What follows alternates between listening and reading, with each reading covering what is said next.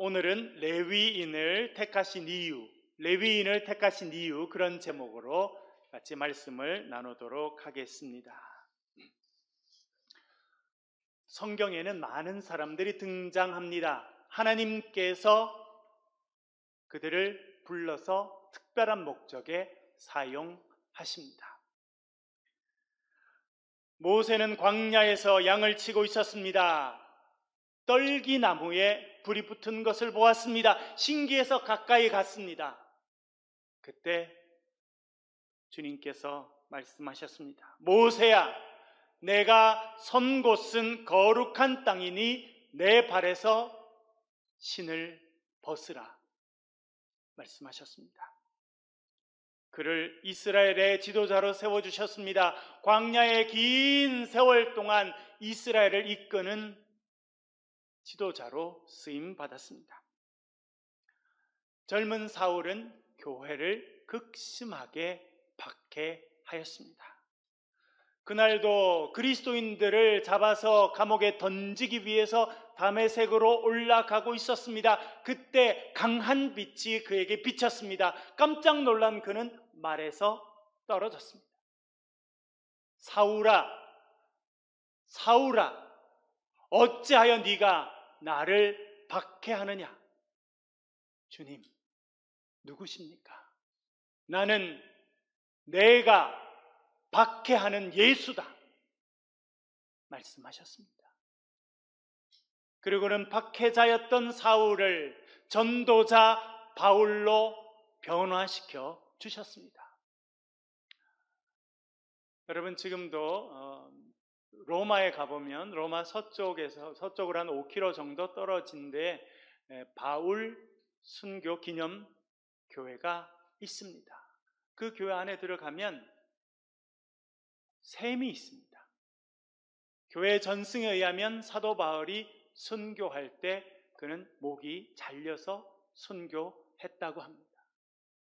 돌 위에 그의 머리가 올려지고 그의 목이 잘리고 그의 머리가 떨어져서 3번 튀게 되었는데 그때마다 샘이 솟아나게 되었답니다. 그렇게 목숨이 끊어질 때까지 하나님 앞에 쓰임받는 복음의 일꾼으로 살았습니다. 하나님께서는 또한 레위인도 불러주셨습니다. 하나님의 특별한 일을 맡겨주셨습니다. 14절 말씀 나눠드린 프린트물을 보시고 같이 한번 읽겠습니다. 14절 말씀입니다. 같이 읽겠습니다. 시작. 너는 이같이 이스라엘 자손 중에서 레위인을 구별하라. 그리하면 그들이 내게 속할 것이라. 아멘.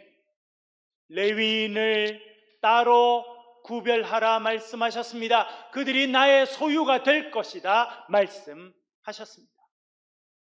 저 어릴 때 저희 집에 농사를 지었는데요. 하루는 부모님들께서 감자 수확을 하셨습니다. 여러분, 감자 수확 해보셨습니까? 네.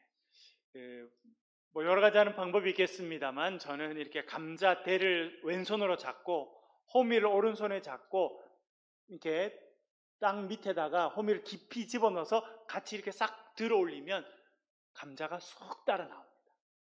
어떤 거는 큰 것도 있고 생기다가 만 것도 있고 그렇게 감자를 수확하게 됩니다. 그래서 자루에다 집어넣는데요. 저희 어머니는 그렇게 캐시다가 아주 흠이 없고 크고 좋은 건 있으면 소쿠리에 따로 담으시더라고요. 주일날 교회 가져가서 예물로 드릴 것을 구별하셨습니다. 예물로 드릴 감자를 소쿠리에 따로 담듯이 하나님께서는 레위인들을 따로 세우라 말씀하셨습니다. 그들이 나의 소유가 될 것이라 말씀하셨습니다. 이스라엘 백성 전체가 하나님의 소유입니다. 그러나 그 중에서도 더 특별하게 레위인을 구별하여 선택하셨습니다. 그 이유가 무엇이겠습니까? 첫 번째, 그들을 구원의 은혜의 증거로 사용하길 원하셨기 때문입니다. 17절과 18절 같이 읽겠습니다. 시작. 이스라엘 자손 중에 처음 태어난 것은 사람이든지 짐승이든지 다 내게 속하였음은 내가 애굽 땅에서 모든 처음 태어난 자를 치던 날에 그들을 내게 구별하였음이라.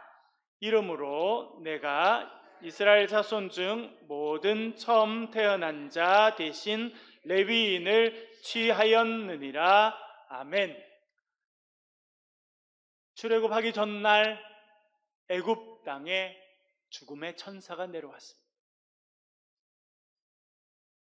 손에 칼을 든 죽음의 천사는 대문을 열지도 않고 집 안으로 들어갔습니다. 그렇게 집 안으로 들어가게 되면 처음 난 모든 것은 죽임을 당하게 되었습니다. 애굽에 있는 많은 집에서 첫째 아이와 첫난 모든 것을 잃고 통곡하는 일이 생겼습니다. 그 집도 그 옆집도 그 옆집도 통곡하게 되었습니다. 그러나 어린 양의 피가 문 임방과 설주에 발려진 집은 죽음의 천사가 건너가게 되었습니다. 그것이 6월절의 기원입니다.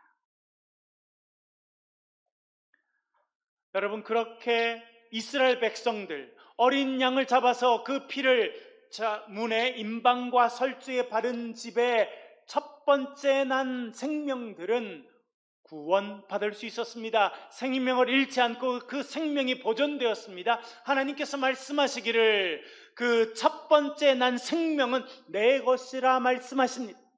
그런데 하나님께서는 그 처음 태어난 것을 모두 거두신 것이 아니라 처음 태어난 그 생명들을 대신해서 레위인을 선택하였다 말씀하고 있습니다.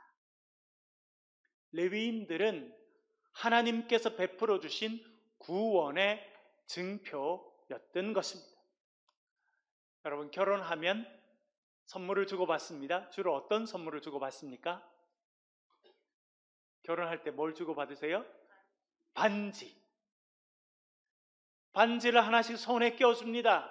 그것은 우리 서로가 서로를 사랑하며 존중하며 살기로 약속했다고 하는 것의 증거입니다. 배우자가 눈에 보이지 않는다 할지라도 그 반지는 내가 결혼했으며 한 사람과 평생 사랑하기로 서약했다는 것을 보여주는 증표가 반지인 것입니다.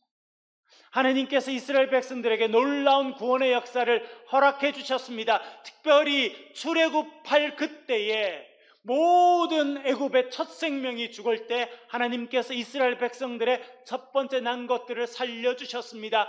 그 하나님의 구원의 은혜를 보여주는 것이 레위인들이었습니다.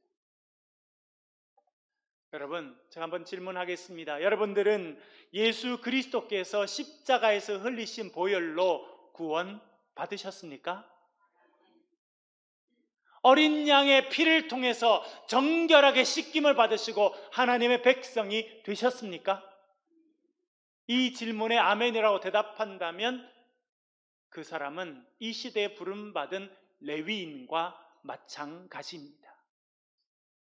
어린 양의 피를 문 입구에 발랐습니다. 그 집의 첫째들은 구원받게 되었습니다. 그 첫째 대신 하나님께서 받으신 사람들이 레위인입니다. 우리도 이 시대에 예수 그리스도의 은혜로 구원받은 백성입니다. 그것은 우리가 이 시대를 살아가는 레위인과 같은 사람들이다 라고 하는 의미인 것입니다.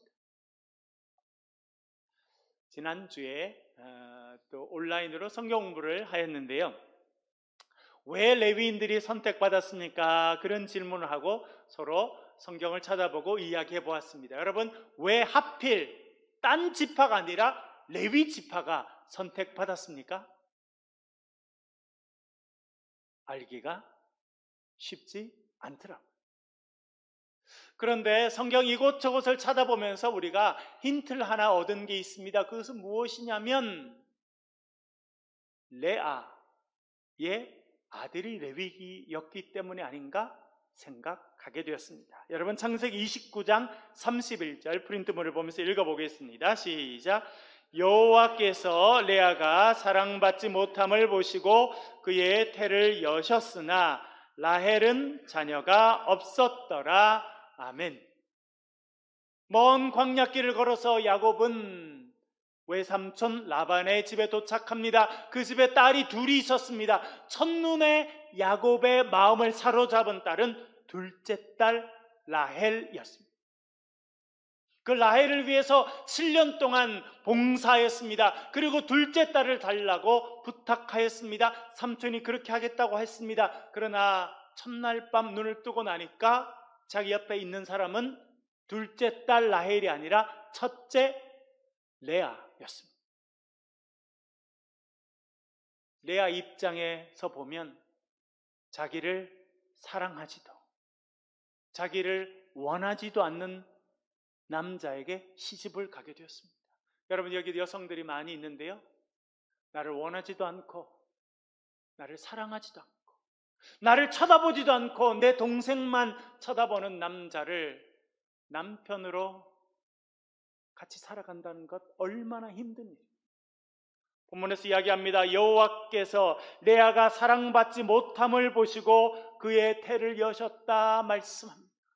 하나님께서는 그런 레아를 불쌍히 여기셨습니다. 그리고 레아의 태의 문을 여셔서 아들을 허락해 주셨습니다. 야곱의 첫째 아들부터 넷째 아들까지는 다 레아가 낳은 자녀였습니다. 그 중에 세 번째 아들이 레위였습니다. 하나님께서 왜 레위 지파를 택하셨을까요? 우리는 정확한 이유를 알 수 없습니다. 굳이 우리가 성경에서 찾아본다면 하나님께서 레아에게 은혜를 베풀어 주셨고 그 레아에게 베푸신 은혜가 대를 이어서 레위 자손에게까지 흘러갔다라고 이해해 볼 수 있겠습니다. 여러분, 이것은 대단히 중요합니다. 하나님께서 저와 여러분에게 은혜를 베풀어 주시면 그 은혜는 우리 당대에 끝나는 것이 아니라 우리의 자녀에게, 그리고 그 자녀의 자녀에게까지 흘러간다는 것을 기억하실 수 있기를 간절히 바랍니다. 하나님께서 레위 지파를 사랑하셨습니다. 그리고 레위 지파는 하나님의 은혜 받음에 대한 증표였던 것입니다. 두 번째, 하나님께서 레위인을 선택하신 이유는 그들을 하나님의 용서와 축복의 통로로 사용하길 원하셨기 때문입니다. 여러분, 이름 몇 뜻이 있으시죠? 저는 이름이 세종인데요, 제가 가을에 태어났어요. 새벽에 또 태어났어요. 옛날에 시골의 교회에서 땡그랑 이렇게 종칠 새벽 기도쯤에 태어나서 제 이름이 세종이 되었답니다. 세상에 종을 울리는 사람이 되라. 그래서 세종이가 되었다는 거고요. 제 삶과 연결이 많이 돼 있다, 그런 생각을 하게 됩니다. 여러분, 레위라고 하는 이름의 뜻이 무엇인지 혹시 아십니까? 레위는 연결된다, 그런 뜻을 갖고 있습니다. 레위의 어머니 레아는 이제 레위를 낳았기 때문에 내가 남편과 더 연결될 것이라 생각하였습니다. 그리고 레위 지파를 통해서 이스라엘 백성들은 하나님과 연결되는 은혜를 누리고 살아갔습니다. 레위 지파는 하나님과 이스라엘 백성들을 다시 연결해주는 그런 역할을 하였다 하는 것을 우리는 성경을 통해서 알게 됩니다. 오늘 본문에서 이렇게 말합니다. 레위인들은 이스라엘 자손을 대신하여 봉사하게 하며 또 이스라엘 자손을 위하여 속죄하게 하였나니. 여러분, 중요한 단어가 쓰였어요. 속죄하게 하였다는 것입니다. 레위 사람들을 통해서. 여러분, 인간이 하나님과 막힘없이 소통할 때가 있었습니다. 에덴 동산에서 그렇습니다. 그러나 죄가 들어오자 인간과 하나님 사이에 담이 생기게 되었습니다. 하나님께 나아가지도 못하고 하나님의 은혜를 우리가 경험할 수도 없었습니다. 죄가 담으로 막혀 있기 때문에 그렇습니다. 이스라엘 백성들도 그것을 경험하였습니다. 그래서 죄 지은 자는 예물을 끌고 속죄제를 드려야 했습니다. 양이나 소나 염소를 끌고 옵니다. 그리고 제사장 앞에서 그 동물 위에 손을 올리고 기도함으로 자기의 죄를 전가합니다. 그리고 그 이후의 모든 일들은 레위인들이 감당했습니다. 여러분, 제사장들도 레위인들이었거든요. 그래서 예물을 잡고 피를 제단 밑에 쏟고 그리고 번제단 위에 올려서 예물을 태워드리는 것까지 다 레위인들이 감당했습니다. 그렇게 속죄함을 받게 될 때 역할을 했던 사람들이 레위인들이었습니다. 하나님의 속죄의 은혜, 하나님의 사죄의 은혜가 이스라엘 백성들에게 흘러가는 통로가 레위인들이었습니다. 레위인들은 그의 이름 뜻처럼 하나님과 이스라엘 백성들을 다시 연결시켜주는 그런 역할을 하였던 것입니다. 제가 시골에 살 때 저희 집 앞에 수로가 있었습니다. 사실 저희 집 앞에 있었다기보다는 논이 넓게 있었는데요, 논 위에 뚝이 쌓여져 있고 그 뚝이 큰 수로였습니다. 나중에 알게 된 것은 윗동네에 있는 큰 저수지에 있는데 그 물을 아래 동네에 있는 작은 주수지에다가 보내주는 것이 수로였습니다. 깊이 한 1m, 넓이 한 1m쯤 되는 그런 수로였는데, 수로가 이렇게 시멘트로 잘 연결되어 있는데 어느 곳에는 밑에 하천이 있었어요. 하천이. 그러니까 거기는 시멘트를 발라서 세울 수가 없으니까 긴 쇠로 된 파이프로 그 길을 연결해 두었어요. 그런데 파이프다 보니까 훨씬 더 좁았습니다. 한 번 어떤 일이 생겼냐면 물이 내려와야 되는데 파이프가 막히게 됩니다. 그러니까 이쪽 뚝에는 물이 넘치고 이쪽은 물이 흐르지 않고 그런 일이 생겼습니다. 파이프가 막히게 됐어요. 그래서 동네 어르신들이 가서 그 파이프에 있는 이물질을 다 제거하고 파이프가 탁 뚫리니까 다시 물이 흘러갔습니다. 여러분, 이스라엘 백성들은 범죄하였습니다. 그러면 하나님과의 관계가 막히게 되는 것입니다. 파이프가 막히듯이 하나님의 은혜가 막히게 됩니다. 그것을 뚫어주는 역할을 누가 했느냐? 레위인들이 했다는 것을 성경이 알려주고 있습니다. 하나님의 사죄의 은혜가 흘러가는 통로가 레위인들이었다 성경이 말씀합니다. 그런데 여러분, 사죄의 은총만 흘러간 것이 아니라 레위인들은 축복이 흘러가는 통로로도 쓰임받게 되었습니다. 우리가 잘 아는 민수기 6장 24절부터 27절까지 프린트물 보면서 같이 한번 읽겠습니다. 시작. 여호와는 내게 복을 주시고 너를 지키시기를 원하며 여호와는 그의 얼굴을 내게 비추사 은혜 베푸시기를 원하며 여호와는 그 얼굴을 내게로 향하여 두사 평강 주시기를 원하노라 할지니라 하라. 그들은 이같이 내 이름으로 이스라엘 자손에게 축복할지니 내가 그들에게 복을 주리라. 할렐루야. 여러분, 이 구절은 유명한 아론의 축복문입니다. 여호와는 내게 복을 주시고 너를 지키시기를 원하며 여호와는 그 얼굴을 내게로 비치사 은혜 베푸시기를 원하며 여호와는 그 얼굴을 내게로 향하여 두사 평강 주시기를 원하노라. 여러분, 이 아론의 축복의 말씀이 여러분의 삶에 임하시기를 간절히 축복합니다. 그런데 여러분, 27절은 이렇게 말합니다. 그들은 이같이 내 이름으로 이스라엘 자손에게 축복할지니 라고 되어 있습니다. 여러분, 이것을 원문의 의미를 좀 더 살려서 번역하면 이렇습니다. 아론과 그의 아들들이 이같이 나의 이름으로 축복하면, 조건문으로 되어 있습니다. 하나님께서는 이스라엘 백성들에게 직접 축복하실 수 있었습니다. 그러나 하나님이 정하신 게 무엇이냐면 레위인들, 그 레위인들 가운데 더 선택받은 제사장들이 하나님께 나아가서 기도하고 그 제사장들이 백성들 앞에서 하나님의 이름으로 축복을 선언하면 내가 그들에게 복을 내리겠다 말씀하고 있습니다. 여러분, 그것이 레위인들의 역할이었습니다. 하나님께서는 이스라엘 백성들을 위로하시고 그들에게 복을 내려주시길 원하셨습니다. 그 축복의 통로로 선택받은 사람들이 레위인들이었다 오늘 본문이 우리에게 알려주고 있습니다. 여러분, 하나님께서 저와 여러분들을 레위인처럼 구별하여 불러주셨습니다. 하나님께서 이 시대에 저와 여러분들을 이 세상을 위로하고 축복하는 통로로 사용하시기를 주의 이름으로 간절히 축복합니다. 그런데 여러분, 잘 생각해 보면 우리가 세상의 축복의 통로로 쓰임 받을 수도 있고 전혀 반대편의 일을 하는 사람으로 쓰임 받을 수도 있습니다. 어떻게 해야 축복의 통로로 쓰임 받게 되느냐? 우리에게 필요한 것이 있습니다. 그것이 분별력이라고 하는 것입니다. 분별력은 나를 돌아보고 타인을 돌아보고 주위 환경을 돌아보고 말하고 행동하는 것이 분별력입니다. 제가 읽었던 책인데 이번 주간 열심히 좀 읽었던 책이 하나 있습니다. 이 책인데요, I Human in Jerusalem이라고 하는 책입니다. 우리나라에서는 예루살렘의 아이히만이라고 번역되어서 출판되었습니다. 그런데 이 제목 바로 밑에 작은 글자로 부제목이 써 있습니다. 그 부제목은 악의 평범성에 대한 보고서라고 되어 있습니다.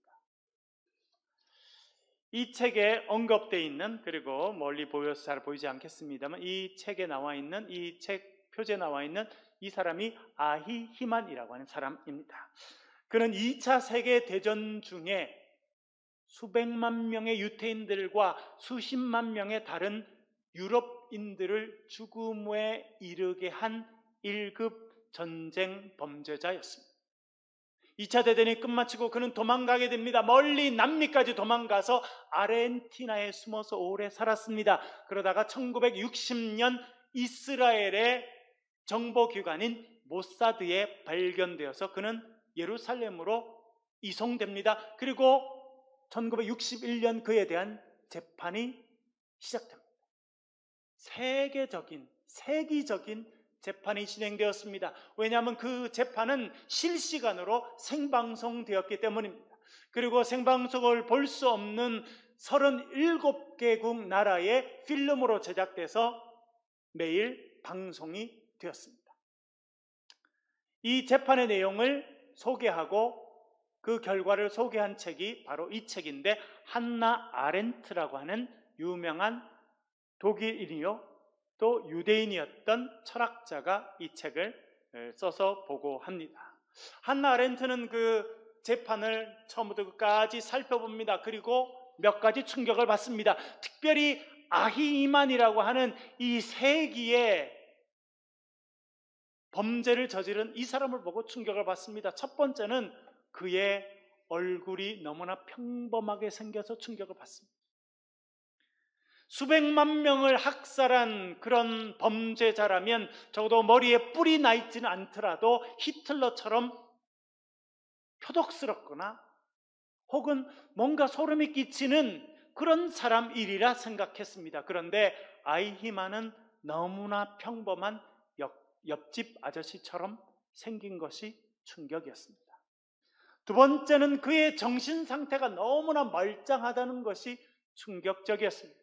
이 재판이 있기 전에 여러 명의 정신과 의사가 그를 만나서 상담을 하고 그의 정신 상태를 분석했습니다. 한결같이 이렇게 말했습니다. 이 책 25페이지 보면 이렇게 되어 있습니다. 그의 정신 상태는 보통 사람들보다 더 정상적이었다. 정신과 의사 중에 한 분은 이렇게 말합니다. 그는 정상적일 뿐만 아니라 오히려 호감이 가는 사람이다. 그를 면담했던 성직자 한 분은 이렇게 이야기했습니다. 그는 매우 긍정적인 생각을 갖고 있는 사람입니다. 한나 아렌트가 충격을 받았어요.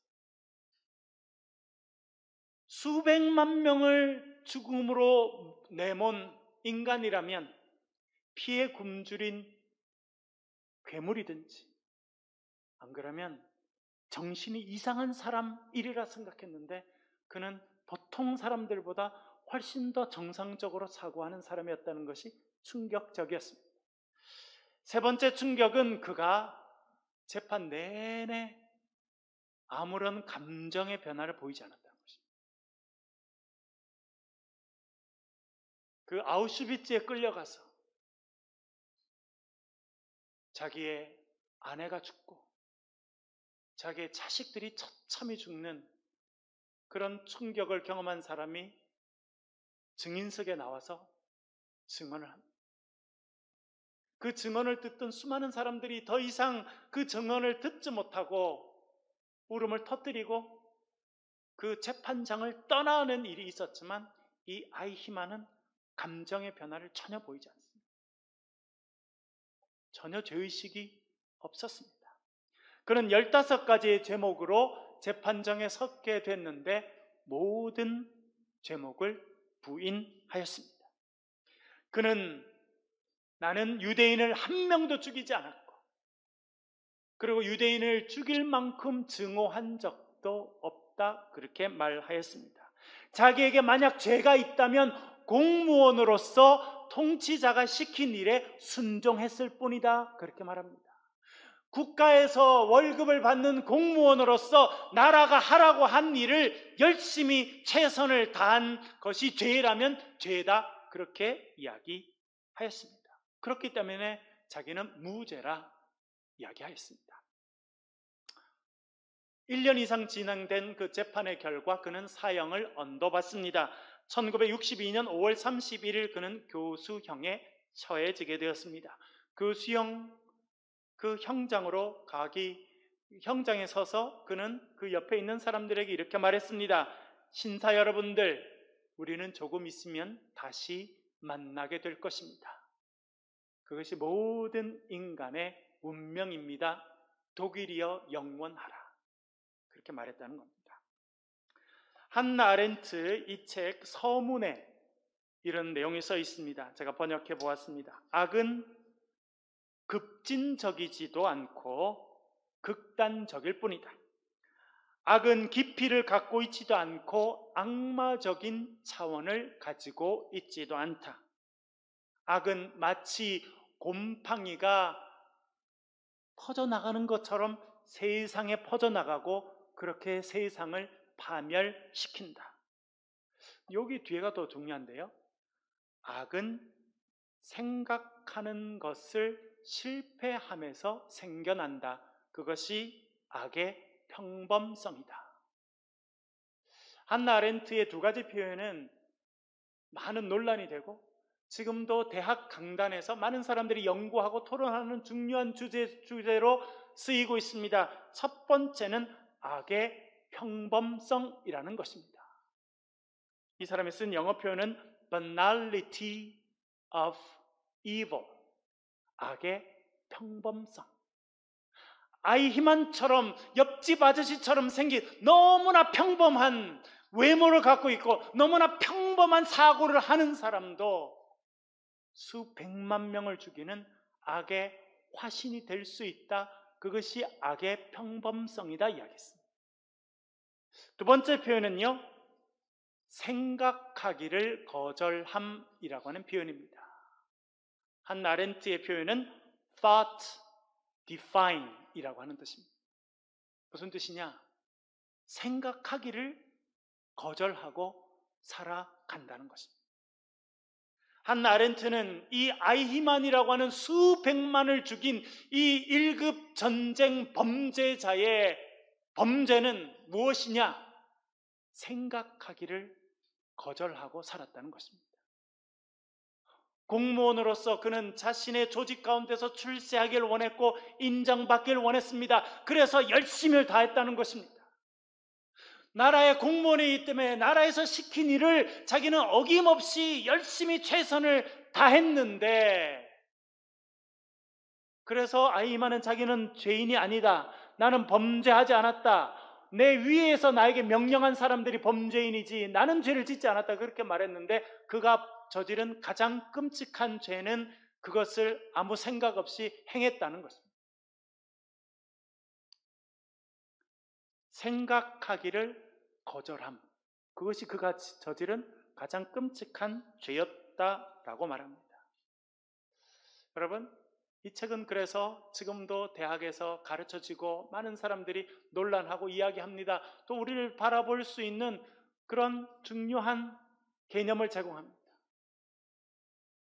악은 너무 평범한 사람들을 통해서 끔찍하게 이루어진다는 것입니다. 누가 이렇게 하는 게 좋다 그래서 했을 뿐이다, 친구 따라 강남 갔을 뿐이다, 우리가 그렇게 말하는데 그렇게 하는 것이 죄악 죄이라는 것입니다. 생각하지 않고 말하고 분별하지 않고 행동하는 것이 죄라 한나 아렌트는 그렇게 말하였습니다. 많은 사람들이 악한 의도 없이 말을 합니다. 악한 의도 없이 뭔가 영상물을 갖다 돌리고 악한 의도 없이 카드라 하는 뉴스를 전파합니다. 그러나 한나 아렌트는 그렇게 하는 행동이 끔찍한 악의 모습이 될 수 있다는 것입니다. 하나님께서는 저와 여러분들을 이 시대의 레위인으로 불러주셨습니다. 이 시대를 위로하고 이 시대에 하나님의 축복을 흘려주는 축복의 통로로 저와 여러분을 불러주셨습니다. 이렇게 우리가 이 시대의 위로자로 이 시대의 축복의 통로로 쓰임받기 위해서 가져야 되는 것은 거룩한 분별력입니다. 여러분, 그 분별력은 어디서 옵니까? 하나님의 말씀을 읽고 묵상하고 하나님의 음성을 듣는 데서 옵니다. 그래서 여러분, 우리가 매일 성경을 펴고 말씀을 읽고 복음 노트를 기록하면서 하나님의 말씀을 묵상하는 것이 중요합니다. 하나님의 뜻을 아는 것이 중요합니다. 그리고 그 깨달은 말씀 위에서 기도하는 것 중요합니다. 여러분, 기도를 단순히 많이 한다고 좋은 것 절대 아닙니다. 어떤 사람들은 자기의 이기적인 욕심을 끊임없이 반복해서 기도에 담는 사람들도 있습니다. 그것이 아니라 하나님의 말씀에 기반해서 하나님이 나에게 하신 말씀 위에 서서 기도하는 것이 중요한 것입니다. 그리고 여러분, 또 중요한 것이 있습니다. 이것은 저와 여러분이 해야 될 사명입니다. 그것은 건강한 공동체를 만드는 것입니다. 건강한 공동체에 속해서 열심히 최선을 다하게 되면 우리는 생명을 살리는 일을 하게 될 것입니다. 그러나 죄악이 가득한 공동체, 병든 공동체 안에서 최선을 다해서 열심을 다하면 제2의 아이히만이 되는 것입니다. 너무나 평범한 악의 도구가 아니라 특별한 하나님의 위로와 축복을 전달하시는 도구로 쓰임받는 저와 여러분 되시길 주의 이름으로 간절히 축원합니다. 한번 기도하겠습니다. 우리 소리를 내서 같이 한번 기도하겠습니다. 기도하실 때 말씀을 가지고 한번 기도하겠습니다. 하나님, 레위인들을 불러주시고 그들을 통해서 하나님과 연결되게 하시고 하나님의 위로와 축복을 전달하신 주님, 저희들이 여기 있습니다. 이 세상에서 하나님의 위로와 축복을 전달하는 레위인과 같은 삶을 살 수 있도록 도와주옵소서. 우리 교회를, 우리 가정을 그렇게 세워주시옵소서. 이 시간 소리를 내서 같이 한번 통성으로 기도하겠습니다.